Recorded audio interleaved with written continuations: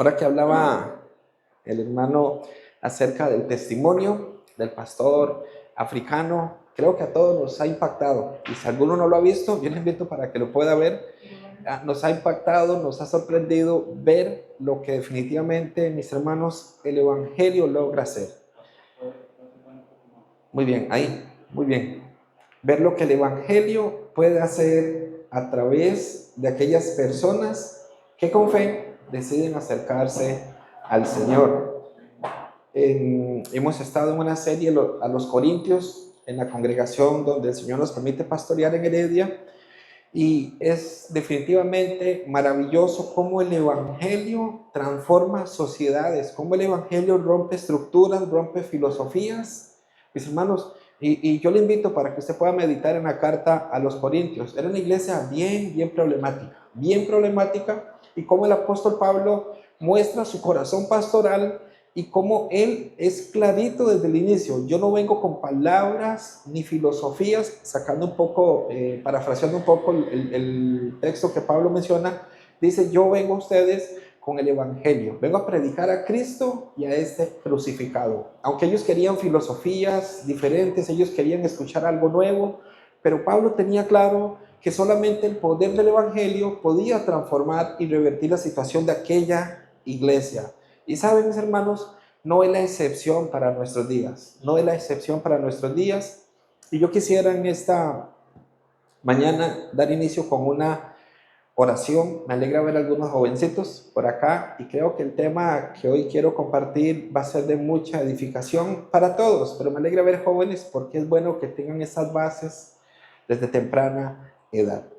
Amado Señor, damos gracias por tu provisión. Tú, Señor, definitivamente eres fiel, eres bueno. Y quiero, Señor, en esta hora presentar delante de ti este sermón, Dios. Gracias. Usa al predicador, que sea, Señor, fiel a tu palabra, y que cada uno, Señor, de mis hermanos quienes están escuchando, pueda tu Santo Espíritu, Señor, traer a sus vidas revelación, confrontación si es necesaria, pero claridad con el mensaje, claridad de lo que tú quieres y lo que tú has hecho, estás haciendo y harás en sus vidas.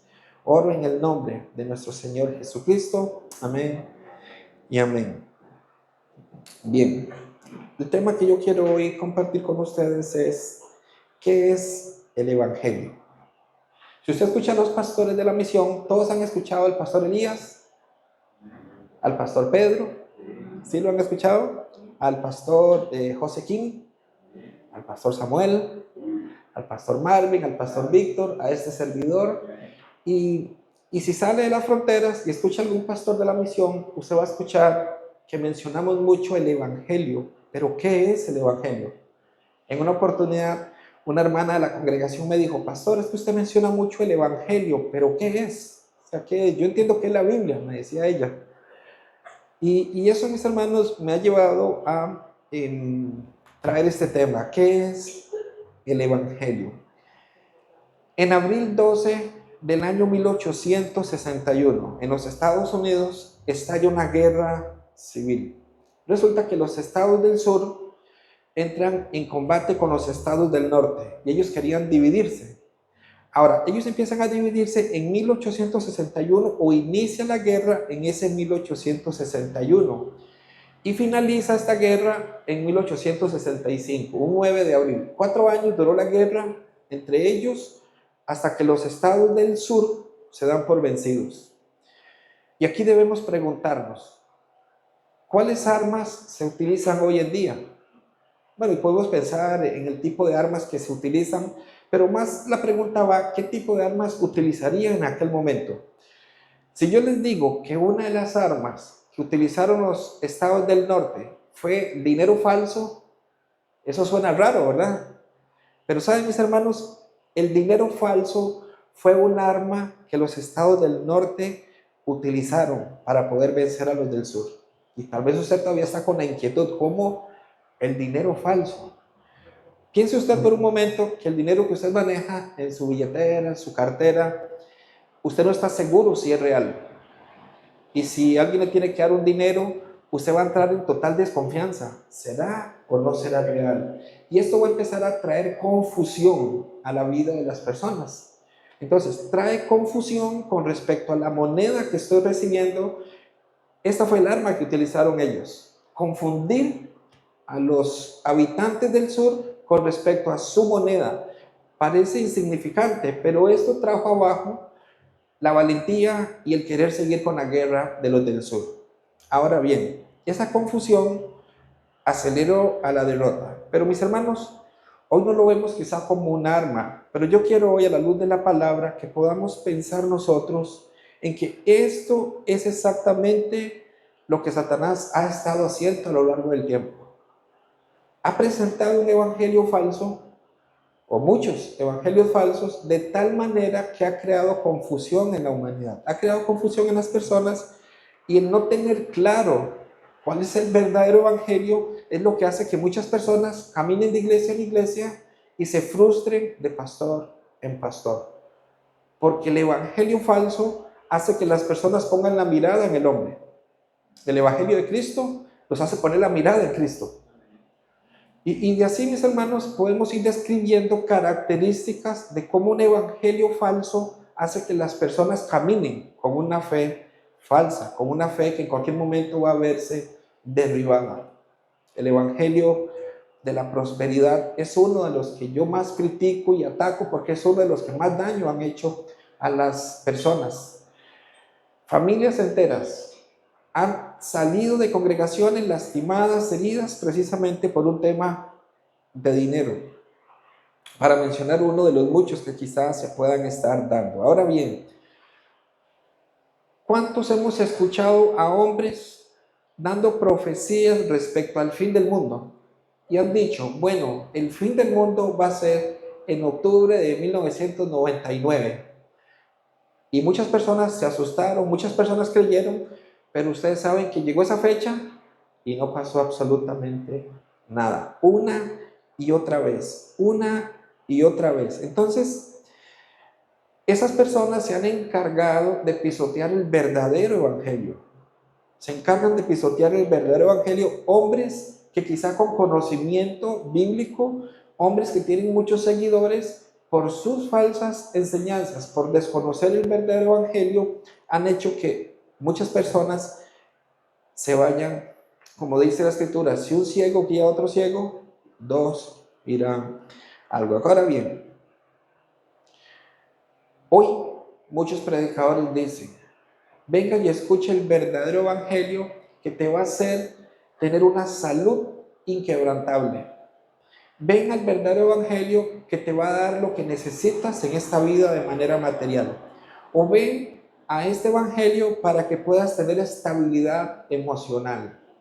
Y ese es un mensaje que usted escuchará mucho en muchos lugares. Venga porque aquí usted va a encontrar la verdad. Hay un rótulo que gracias a Dios ya lo quitaron de un lugar allá en Heredia que decía, venga a nuestros cultos porque aquí se quitan los males.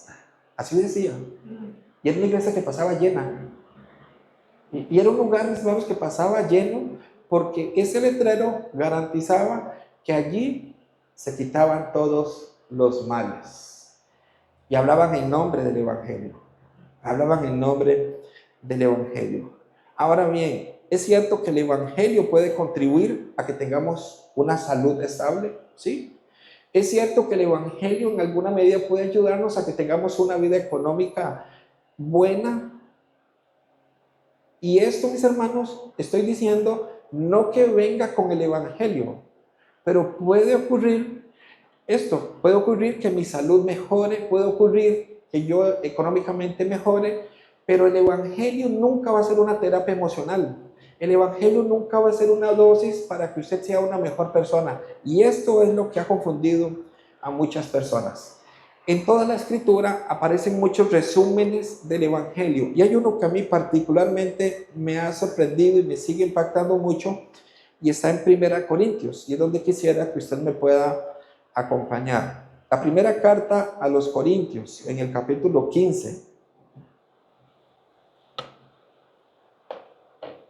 versículo 1 al 4.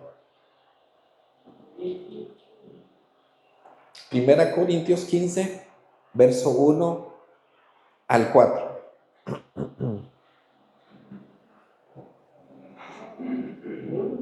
Primera de Corintios 15, versículo 1 al 4.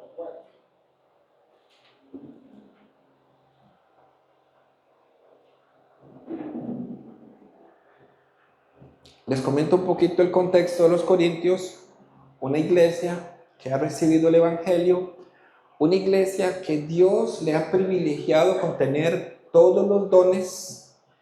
Sin embargo, una iglesia con mucha inmadurez. Tanto así que en el capítulo 3 Pablo les dice: tengo que hablarles a ustedes como a carnales y no como a espirituales, por el comportamiento que estaban llevando. En esta iglesia se levantaron falsos maestros que empezaron a enseñar aberraciones, falsos maestros que empezaron a distorsionar la verdad. Y justamente en estos versículos que vamos a leer es porque un grupo de personas decía: Cristo no resucitó. Cristo no resucitó. Entonces Pablo aquí en este capítulo 15 inicia diciendo el versículo 1: además os declaro, hermanos, el evangelio que os he predicado, el cual también recibisteis, en el cual también perseveráis, por el cual asimismo, si retenéis la palabra que os he predicado, sois salvos, si no creísteis en vano. Porque primeramente os he enseñado lo que asimismo recibí, que Cristo murió por nuestros pecados, conforme a las Escrituras, y que fue sepultado, y que resucitó al tercer día, conforme a las Escrituras. Si usted quiere encontrar un resumen del Evangelio, es este. Y ya vamos ahorita a desmenuzarlo, porque es este un resumen glorioso del Evangelio. Cuando nosotros escuchamos la palabra evangelio, no todos, pero quizá algunos lo relacionábamos, yo lo relacionaba mucho con Mateo, con Marcos, con Lucas y con Juan. ¿Por qué?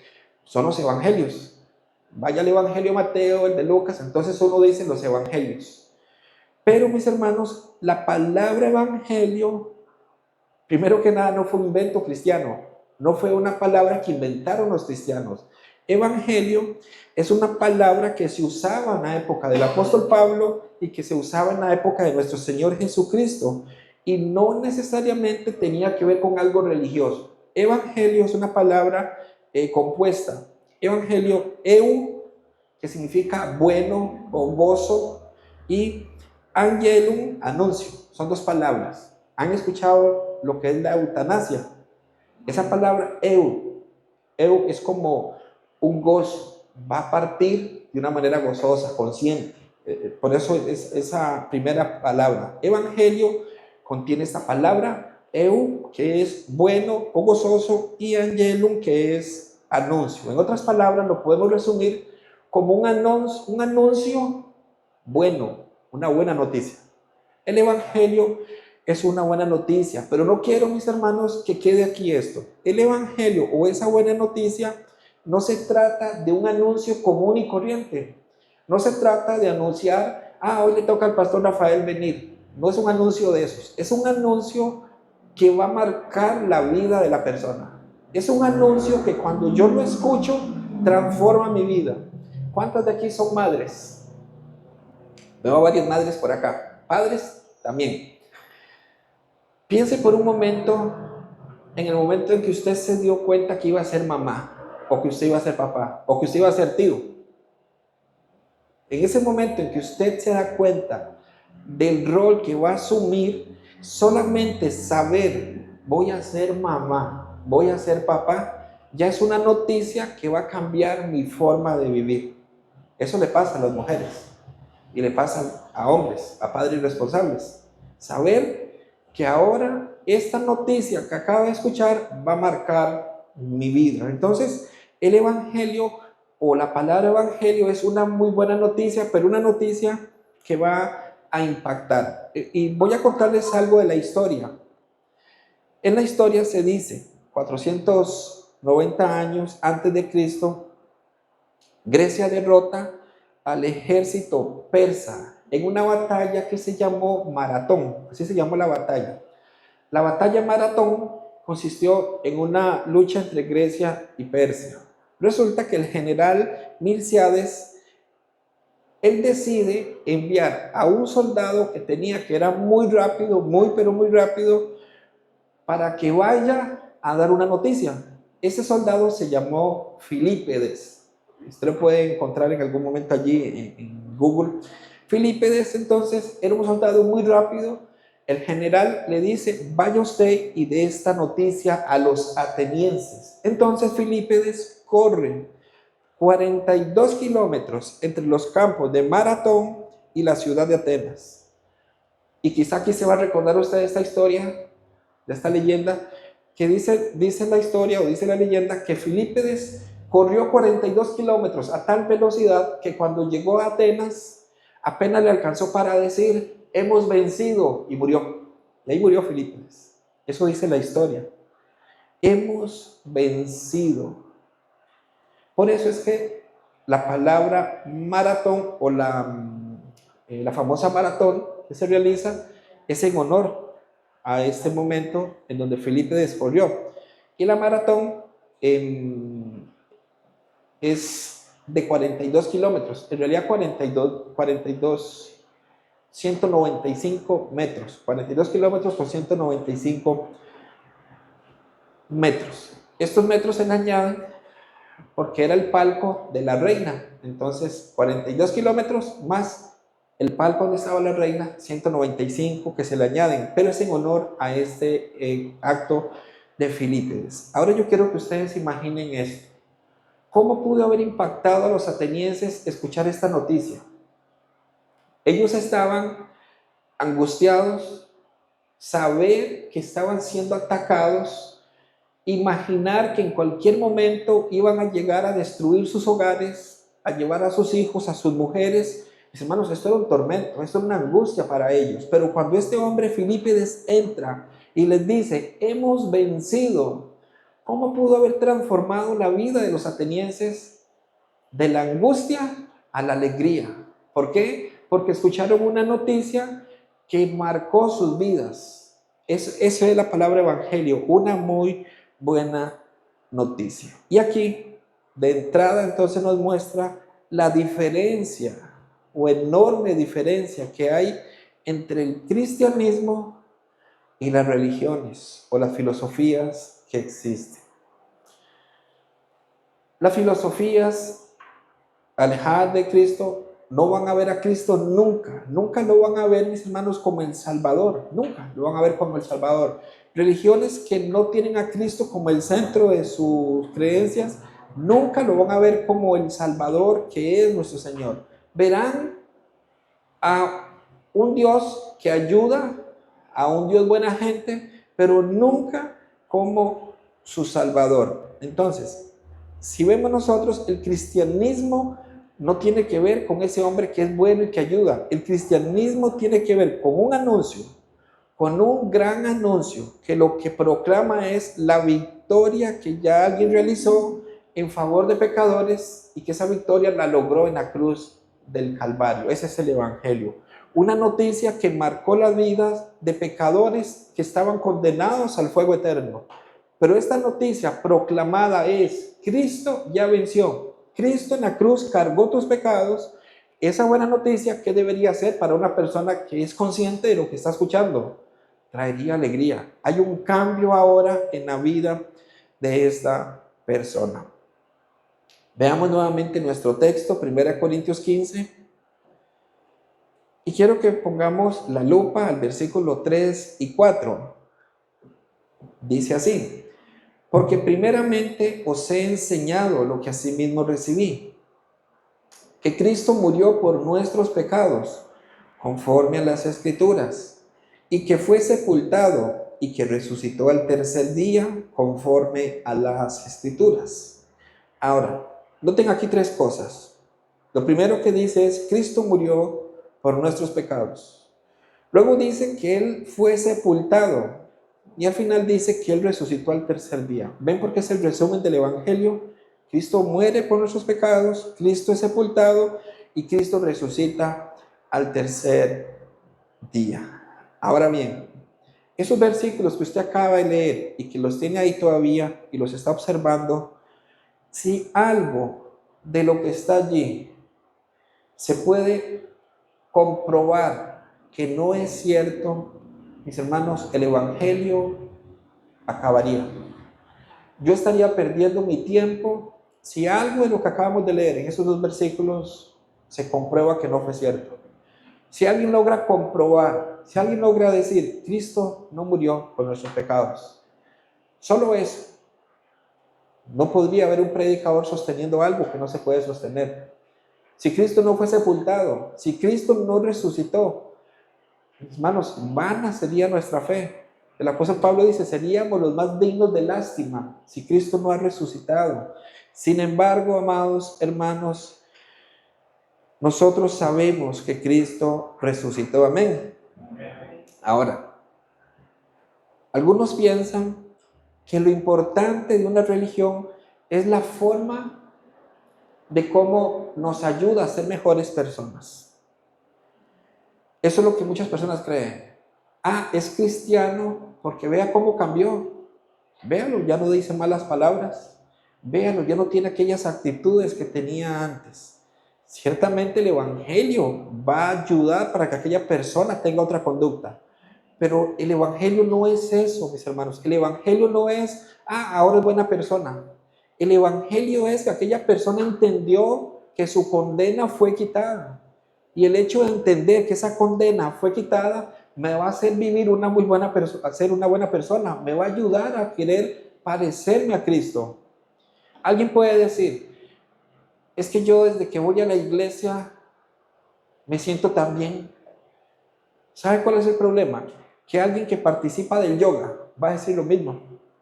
Va a decir, es que vieras que bien me siento después de una sesión de yoga, después de una terapia. Ay, usted no sabe lo bien que se siente. ¿Cuál es la diferencia?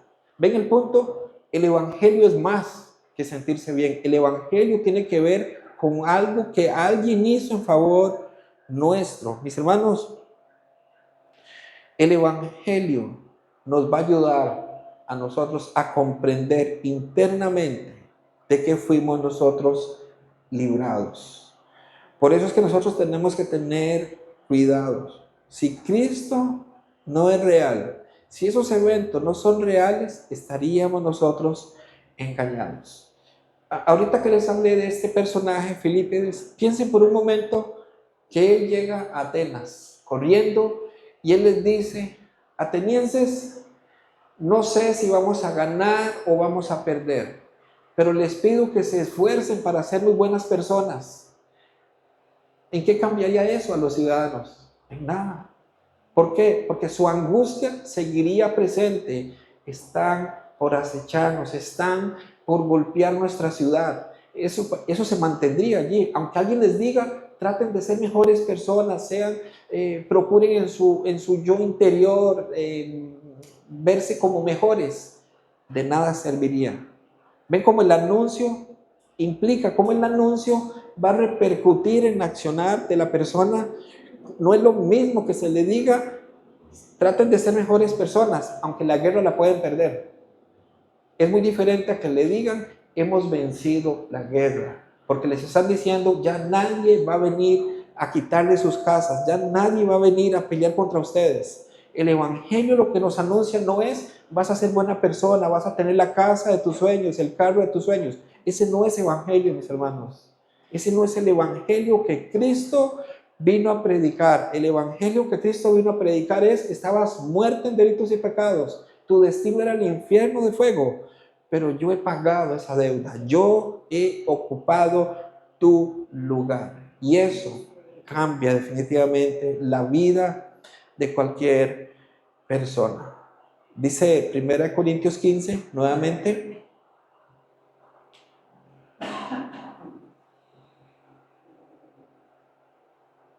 1 Corintios 15, versículo 13 y 14.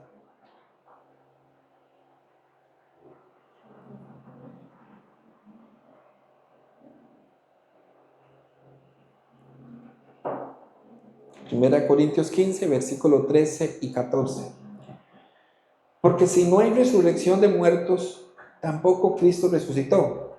Y si Cristo no resucitó, vana es entonces nuestra predicación, vano es también nuestra fe o vuestra fe. Ven cómo habían falsos maestros y Pablo lo que hace es traer el evangelio para demostrarles que Cristo vino a cargar pecados, que Cristo vino a morir y Cristo resucitó. Ahora bien, estos hechos históricos giran en torno a algo, mis hermanos, a algo que muy pocos predican hoy y que yo doy gracias al Señor por la misión que nos ha instruido en este tema. Muchas personas no predican del pecado, muchas personas lo ven de una manera superficial, pero el Evangelio lo que nos hace es recordar que ese pecado que acecha a todos nosotros ya fue vencido en la cruz y que tenemos el poder para vencer al mismo pecado. Dice versículo 3, 1 Corintios 15, verso 3.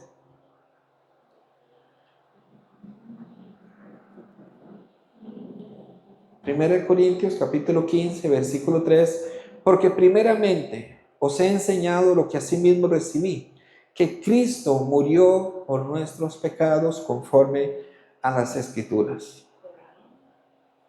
Si el problema de la humanidad hubiese sido un problema económico, Dios hubiese enviado a un economista. Si el problema de la humanidad hubiese sido la salud, Dios hubiese enviado a un doctor.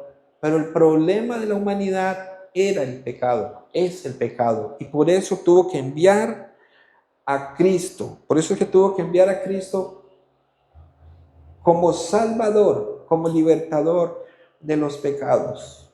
Por eso es que la buena noticia que el Evangelio anuncia no puede ser recibida con gozo cuando una persona no conoce la realidad de su alma.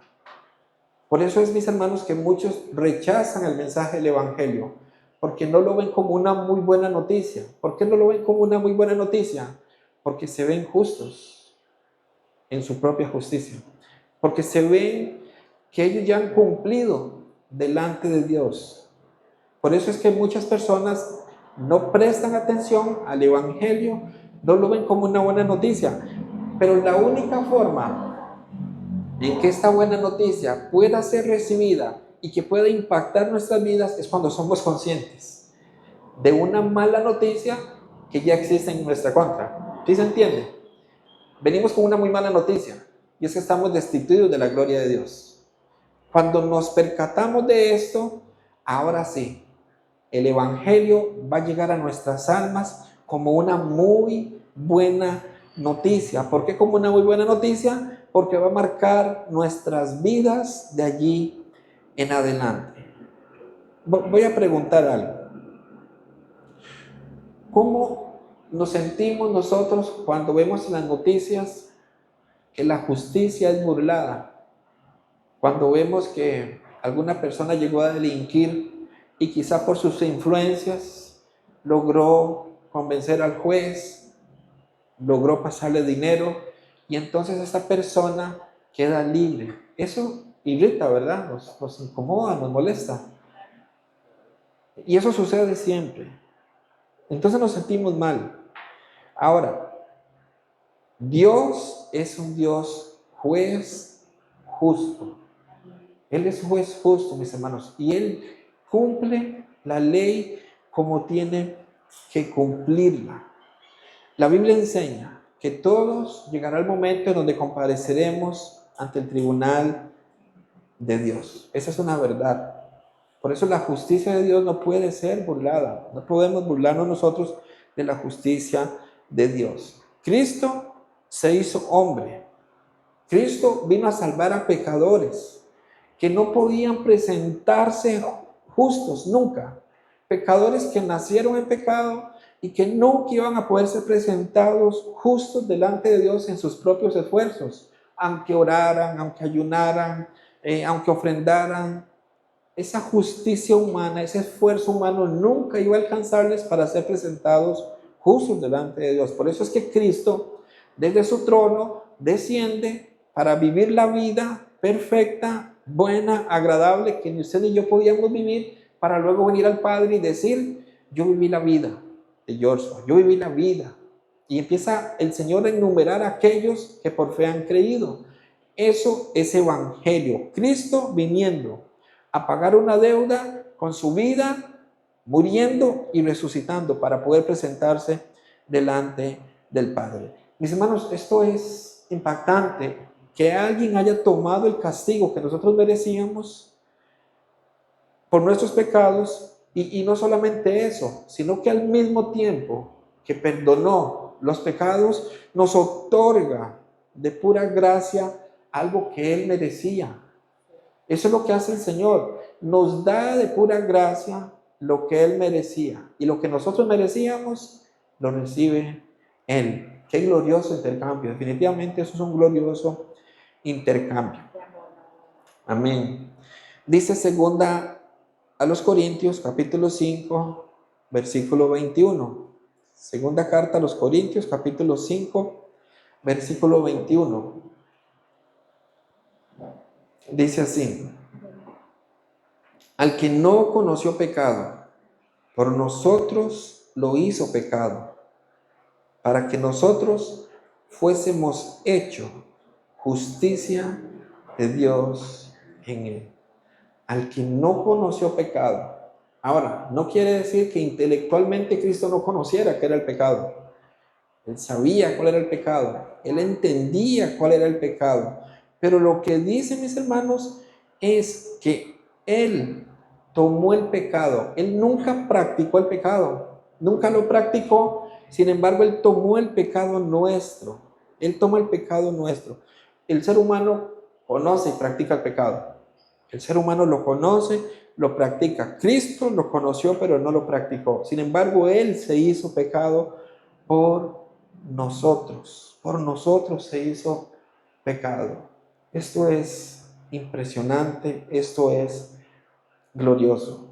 ¿Recuerdan ustedes aquel momento en que Moisés tiene que interceder por el pueblo en el libro de Números y que las personas por blasfemar, las personas por quejarse en contra de Dios, Dios decide enviar serpientes y las serpientes mordían a la persona y esa persona moría?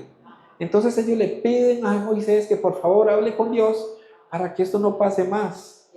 Entonces el Señor dice: bueno, construye una serpiente y diles que todo aquel que cuando es mordido por la serpiente vuelva a ver a la serpiente y vivirá. Qué fácil, ¿verdad? Suena. Jesús utiliza esta misma escena para decirle a Nicodemo que así como la serpiente fue levantada, él tiene que ser levantado. Pero noten la ilustración de Jesús. La serpiente fue levantada. Yo tengo que ser levantado, dice Cristo. Y todo el que peque, ¿qué tiene que hacer? Ver a Cristo. ¿Pero qué iba a ver en Cristo? Veamos nuevamente el ejemplo del libro de Números. La serpiente es levantada. Una persona normalmente antes de que eso sucediera era mordido y moría definitivamente. Pero ahora Dios les dice: si es mordido, solamente vean la serpiente. ¿Qué pasaba si alguien no quería verla? Moría. ¿Por qué? Porque decidió no hacer lo que Dios dijo. No creo, no veo la serpiente, muere. Pero el que veía la serpiente vivía. ¿Qué tenía que ver una serpiente? ¿Pero por qué fue mordido? Por una serpiente. Ahora bien, Cristo, mis hermanos, Cristo, el Hijo de Dios, el justo, el Dios verdadero, está en una cruz del Calvario, cargando el pecado que mata al humano, el pecado que nos mataba a nosotros. Y Cristo dice, simplemente vuelve a ver a la cruz. ¿Y qué vemos nosotros? Nuestro pecado en Cristo. Por eso dice: al que no conoció pecado, por nosotros lo hizo pecado. Los que hemos creído fielmente a este mensaje del Evangelio, hemos visto nuestro pecado colgado en Cristo Jesús. Pecado que nos mataba, pero ahora lo vemos colgado en la cruz del Calvario. Cristo haciéndose pecado. Por nosotros lo hizo, en favor de nosotros, en beneficio de nosotros. Mis hermanos, Jesús mismo decidió ser tratado como mentiroso, como adúltero, como ladrón, como una escoria, como lo peor, como lo que este mundo lamentablemente es. Él decidió voluntariamente hacerlo por nosotros. Y número 3 dice: para que fuésemos hechos justicia de Dios en él. Alguien decía usaba esta analogía y me parece muy apropiada. Cristo lo que hizo fue tomar nuestro expediente, tomar su expediente e invertirlo. Él tomó el expediente de cada uno de nosotros para poderlo invertir. Él fue a la cruz a morir la muerte que nosotros merecíamos morir. Ese es el Evangelio. Por eso es que Pablo lo llama el Evangelio. Pablo no dice un Evangelio. No sé si notaron eso en el versículo 1 de 1 Corintios 15. 1 Corintios 15, versículo 1. Podemos verlo nuevamente.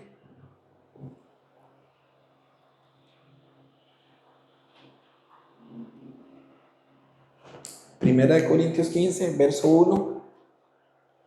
Además os declaro, hermanos, el evangelio que os he predicado, el cual también recibisteis, en el cual también perseveráis.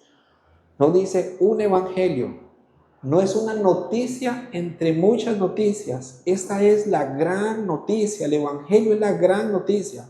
El corazón del evangelio es esto: Cristo murió por nuestros pecados. Cristo murió por nuestros pecados.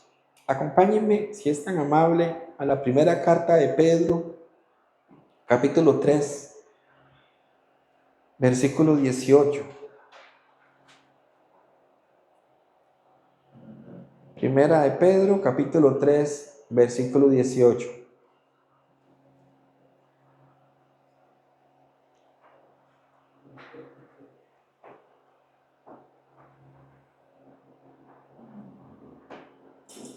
Porque también Cristo padeció una sola vez por los pecados, el justo por los injustos, para llevarnos a Dios, siendo a la verdad muerto en la carne, pero vivificado en espíritu. Padeció una sola vez por los pecados, el justo por los injustos. Pero, pastor, 1 Pedro 3, 18 fue la cita que mencioné hace un momento, sí. Alguien podría decir, pastor, ¿cómo podemos estar seguros de que esta noticia es verdad? Y saben, mis hermanos, es bueno que nos cuestionemos, es bueno que nosotros hagamos preguntas, porque la Biblia nos da las respuestas a nuestras preguntas. ¿Cómo puedo asegurar que esto es cierto? ¿Cómo podemos nosotros asegurarlo? ¿Cómo sabemos que esta buena noticia que se nos ha estado anunciando es verdadera? Dice 1 Corintios 15, ese es nuestro texto de hoy, versículo 3 y 4, dice así. Y si gusta me acompaña para que lo veamos juntos. 1 Corintios 15, versículo 3 y 4. 1 Corintios 15, versículo 3 y 4. Porque primeramente os he enseñado lo que asimismo recibí, que Cristo murió por nuestros pecados conforme a las Escrituras, y que fue sepultado y que resucitó al tercer día conforme a las Escrituras. Noten esta prueba que Pablo está presentando. Pablo está diciendo, esto no es un invento mío, esto ha ocurrido conforme a las Escrituras. Mis hermanos, conforme a las Escrituras, esto es vital entenderlo, conforme a las Escrituras. Alguien podría decir, ¿por qué hay tantas religiones? Y yo quiero demostrarles en esta tarde cómo una persona puede fácilmente inventarse una religión. Si yo quiero inventar una religión, lo primero que tengo que hacer es escribir un libro que hable de mí. Y yo hago el libro que hable de mí y que diga cosas maravillosas de mí. Y yo lo hago y lo creo, lo escribo y le pongo inspirado por Dios. Eso ya hace que algunas personas quieran seguirme. Y eso es lo segundo que tengo que hacer, buscar seguidores y personas que me sigan. Con eso, mis hermanos, se crea una religión. Ahí se creó una religión. Eso de hecho fue lo que hizo Mahoma. Escribe el Corán, dice que fue revelado por Dios y él sabía cómo manejar los argumentos de acuerdo a su conveniencia. Por ejemplo, él se enamoró de la esposa de su hijastro. Él se enamoró de la esposa de su hijastro. Pero él, cuando ve este problema que tiene, dice, Dios me reveló, Dios me dijo, ¿ha escuchado esa expresión? Dios me ha revelado que la adopción es pecado. ¿Qué problema? Y yo adopté a este muchachito, pero eso es pecado delante de Dios. Entonces ya la adopción no aplica. Usted ya no es mi hijastro. Y toma la esposa de su hijastro. Vean qué peligroso. Pero no solamente allí queda. Este mismo hombre se enamoró de una niña de 6 años. Y dijo que Dios le dijo que esa era la esposa de ella. Mis hermanos, en nombre de Dios se hacen muchas barbaridades. Pero noten las pruebas de Pablo. Pablo está diciendo, Cristo resucitó conforme a ¿qué? A las Escrituras. Cristo fue sepultado conforme a las Escrituras. Cristo cargó el pecado conforme a las Escrituras. Mis hermanos, el cristianismo es muy diferente de cualquier religión, de cualquier filosofía que usted escuche. Dios me dijo, etc. Las Escrituras, el Evangelio verdadero es muy diferente. ¿Por qué es diferente? Porque descansa en un libro llamado Biblia. Un libro que contiene 66 libros escritos a lo largo de 1600 años por más de 40 escritores. Desde el Génesis hasta el Apocalipsis usted no encuentra una sola contradicción. 40 escritores, diferentes épocas, algunos de ellos nunca se vieron, pero todos hablan del mismo, de Jesucristo como nuestro Salvador. ¿Qué mayor prueba? Por eso cuando alguien dice, yo creo que Dios no existe. Mis hermanos, hay suficientes pruebas. Más bien la pregunta es, demuéstreme usted que Dios no existe. Porque no tiene pruebas para demostrar que Dios no existe. Nosotros tenemos contundentes pruebas que Dios nos ha dejado para que estemos caminando seguros en el Evangelio verdadero. Juan capítulo 5, versículo 39. Dice la Escritura en Juan capítulo 5, versículo 39.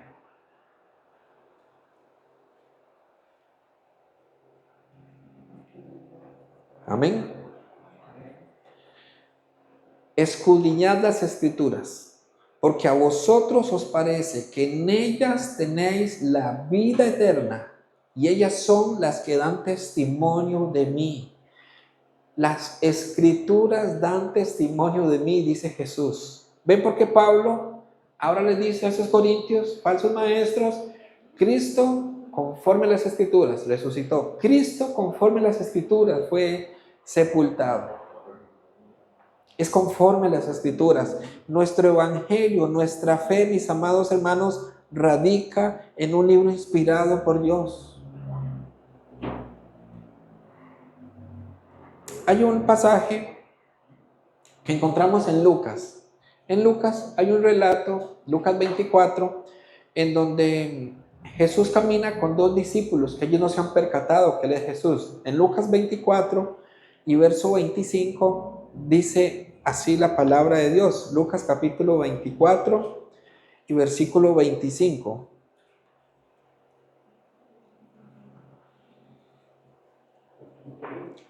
Lucas capítulo 24 y versículo 25 al 27. Entonces él les dijo, oh insensatos y tardos de corazón para creer todo lo que los profetas han dicho. ¿No era necesario que el Cristo padeciera estas cosas y que entrara en su gloria? Y comenzando desde Moisés y siguiendo por todos los profetas, les declaraba en todas las Escrituras lo que de él decía. Mis hermanos, desde el Génesis hasta el Apocalipsis, Cristo es el mensaje, el Evangelio glorioso. Dios anunció de antemano por una razón, para que en el día del juicio nadie pueda decir, yo no sabía. No pueda poner excusas ante su incredulidad, porque Dios se ha encargado desde el primer libro hasta el último de hablarnos de Cristo, del Evangelio, para que podamos creer. Entonces, no solamente el testimonio, que es lo que Pablo está diciendo ahorita, conforme a las Escrituras, sino que Pablo ahora va a tomar otro recurso. Pablo dice en el versículo 4 de 1 Corintios 15, nuestro texto, y que fue sepultado y que resucitó al tercer día conforme a las Escrituras. Pablo ahora les va a argumentar porque es que lo que él está diciendo es fiel y es verdadero. Aquí mismo en 1 Corintios 15, los versículos 5 al 9, Pablo empieza a mencionar por qué él resucitó, las pruebas del por qué Cristo resucita. Dice 1 Corintios capítulo 15, versículos 5 al 9. Y que apareció a Cefas y después a los 12. Después apareció a más de 500 hermanos a la vez, de los cuales muchos viven aún y otros ya duermen.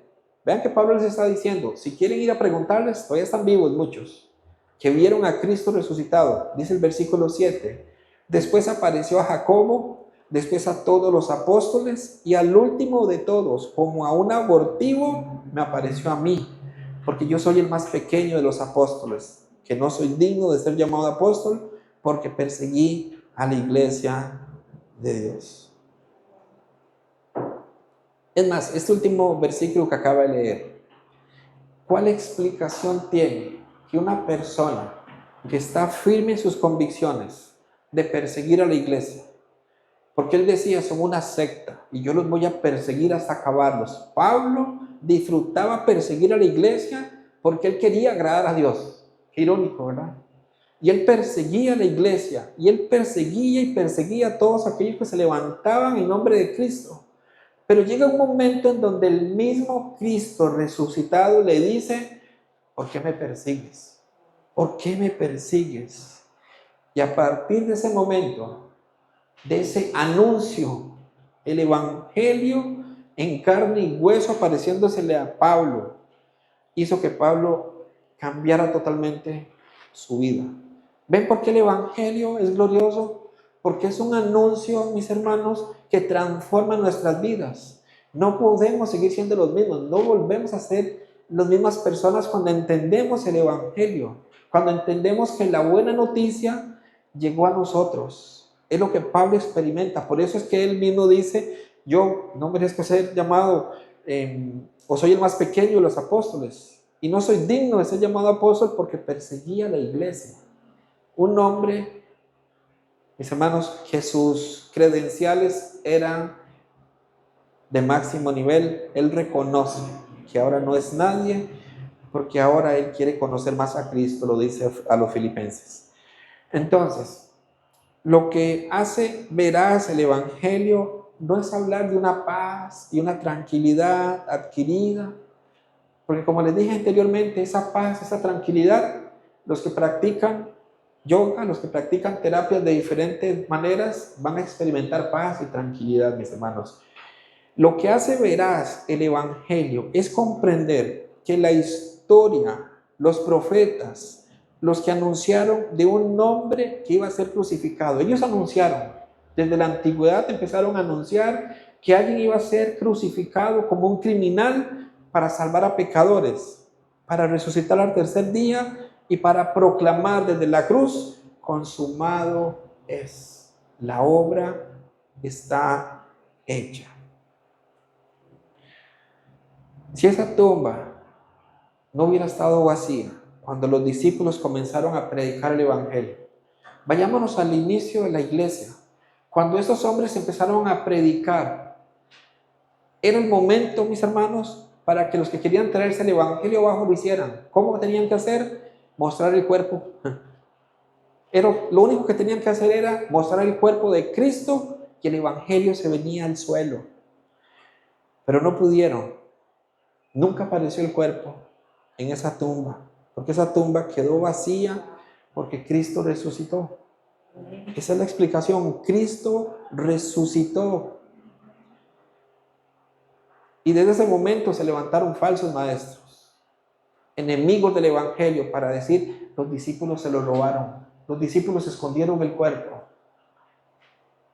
¿Quién sostendría una mentira al punto que está listo para ir a morir como Cristo? ¿Cómo vamos a sostener una mentira si sabemos que vamos a pagar con nuestra vida? Mis hermanos, los discípulos de Jesús, usted puede ver el tipo de muerte que llevaron. Solo alguien convencido de lo que vio y de lo que cree puede estar dispuesto a vivir o a morir de la forma en que ellos decidieron morir.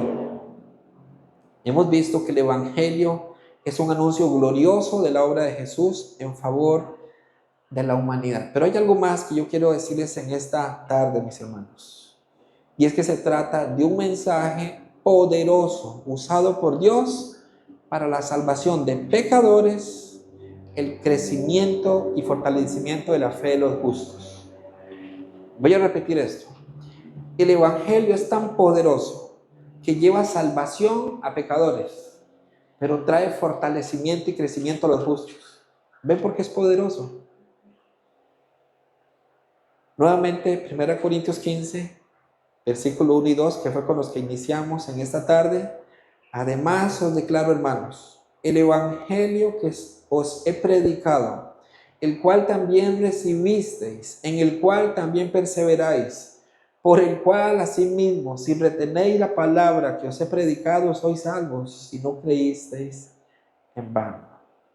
Perseverancia.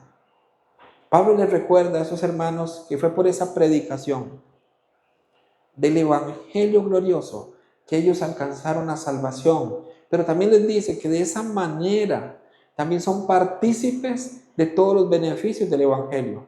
Por eso es que el Evangelio es necesario todos los días de nuestra vida. El Evangelio no puede ser, como en algún momento se dijo, solamente para el inicio de una persona. Después se le va a dar otro tipo de alimentos. No, mi hermano. El Evangelio es de la A a la Z en la vida nuestra. Desde que nacemos de nuevo hasta que partimos de este mundo, el Evangelio debe estar siempre en nuestra mente. Por eso Pablo a los Romanos capítulo 1 y versículo 16 les dice: yo no me avergüenzo del Evangelio, porque es poder de Dios para salvación a todo aquel que cree. A todo aquel que cree. Lo que el hombre desprecia como tontería es el poder de Dios. Los que se resisten dicen: no, eso es una tontería. Bueno, dice el mismo Pablo al inicio de los Corintios, ese es el poder de Dios. Dice en el primer capítulo de 1 Corintios, versículo 22. Porque los judíos piden señales. 1 Corintios 1, verso 22 al 25.